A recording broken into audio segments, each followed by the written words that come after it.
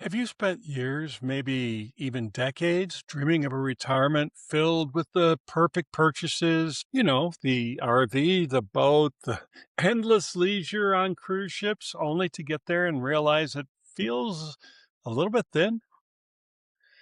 Have you exchanged your purposeful grind for a terrifying expanse of Tuesday afternoons, and now you feel quiet, nagging shame that says, I have everything I thought I wanted, but I'm still not happy? Welcome back to the Ignite Retirement Podcast. I'm Bill Hennessy, the Retirement Igniter. If those questions resonate with you, you're exactly where you need to be. Last week, I got brutally honest about that messy middle, the moment that the retirement honeymoon ends and the disappointment sets in because your hobbies are wearing thin. We identified the pain. We talked about the iceberg effect, realizing that 90% of retirement lies below the waterline. Your identity, connection, and purpose are all crying out for attention. We're going to address that disappointment head on by talking about what it takes to adjust your expectations. Here's the core truth I want you to internalize today. You're not failing your retirement plan. Your retirement plan is failing you. You are giving an outdated script that promised consumption and leisure would make you whole, and that script is fundamentally broken. The RV, the boat, the sewing machine trap, whatever it might be, those things cannot bring a sense of purpose and fulfillment. Let's dive right into the heart of that outdated script, shall we? It's what I call the RV, the boat, and the sewing machine trap. You know the drill. For years, you saw retirement as a shopping list. You focused on the financial goal that would enable the big purchases, the motor home, the expensive fishing boat, the sophisticated new woodworking equipment. Those were the symbols of your freedom. What actually happens? The RV spends more time parked in storage than on the road. The boat is used a few times, then you realize that you hate paying for all those dock fees and the maintenance headaches. And the specialized tools, they sit idle because what you really miss isn't the leisure activity itself, but the structure that surrounded you in your work life. Those things are not destinations. They're just new, shiny, expensive distractions. They engage the 10% of the iceberg, your financial freedom, but do absolutely nothing for the 90% below the waterline that's screaming for meaning. You were built for impact. You were built to solve problems. You were built to make a measurable difference. The boat's designed for maintenance, not for impact. And the disappointment you feel is your internal compass telling you that your life was meant for more than just passing the time. When you walked out of the office for the last time, you lost three essential pillars that identified your adult identity: your title, who you were; your routine, what you did; and your tribe, who you did it with.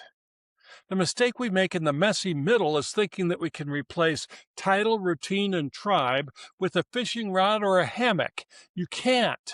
You have to intentionally rebuild that structure. Success in this next season isn't defined by what you start doing, by what you stop allowing and what you start protecting. This is where we confront the new reality by asking three critical questions. These questions force you to look at your routine and choose intentionality over inertia. First of all, what should I keep? This is the question of balance and protection. What activities bring you genuine joy? What boundaries do you need to keep those things sacred? You should keep things that give life, like attending church, regular physical activity, or time with close friends. But you need to be intentional, especially when it comes to family. The greatest joy can become the greatest drain without clear limits. For example, if you watch the grandkids, you need to set boundaries carefully so that you maintain the joy of connection without feeling like you've been relegated to a convenient full-time daycare. Protecting your time for your purpose, for that 90% below the waterline, is an act of self-respect. Keep the activities that build you up, But number two, what should I stop? This is often the hardest question because it forces you to confront the habits of comfort that led to emptiness. First, you need to stop allowing consumption to replace your contribution. If your default is to turn into a full-time TV devotee, watching game shows and talk shows and holding your remote all day, you're letting the fog win. That's a path to decline. You were built for elevation. Stop trying to fill that void with entertainment. The next thing is that you need to stop clinging to your outdated professional identity. The second you realize you're measuring your present self by your past salary, or still introducing yourself by your old corporate title, you're blocking your future. You have to grieve the professional identity you left behind. Give yourself permission to pause and to reflect on what you lost, but then actively let go of the idea that your value is tied to the old paycheck or title. What is the value? Your value is what you acquired getting it. What should I start doing? Hey, this is a moment of ignition. What activity, what commitment, what calling can you start that gives you the opportunity to give of yourself to others? Your calling is not some grand secret mission waiting for you on some distant mountaintop. Your calling is often found right here in your community through your overlooked skills.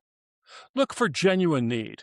Instead of waiting for a sign, look around. What problem can you solve right now? Is it mentoring a younger professional? Is it using your financial abilities to help a local nonprofit manage its books? Activate those gemstones. Think about the skills you stopped using when you retired. Were you an amazing communicator? Well, how can you use that now to advocate for children in the foster care system?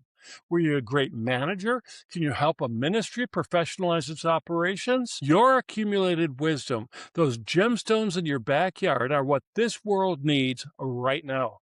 When you align your time with giving, when you intentionally keep, stop, and start with impact in your mind, you stop wandering aimlessly in the messy middle fog. You find that your purpose didn't retire. It was just waiting for you to create a new structure to work through. You trade the aimless coasting for intentional contribution. If you're ready to trade the feeling of being trapped by these outdated retirement expectations for the feeling of a real purpose-driven momentum, I want to invite you into the community to help you start looking below the surface of your retirement iceberg and those overlooked gemstones.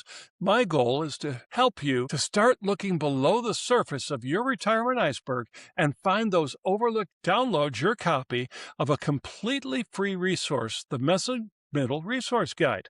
Your call to action today is simple. You can find us at Ignite Retirement Substack community, and when you join, you'll be connecting with a tribe of people who are navigating these same waters. You can download that resource guide right there on the homepage. Your next chapter isn't just about passing time, it's about igniting your purpose. I'm Bill Hennessy, the Retirement Igniter, and I'll see you in the community this week.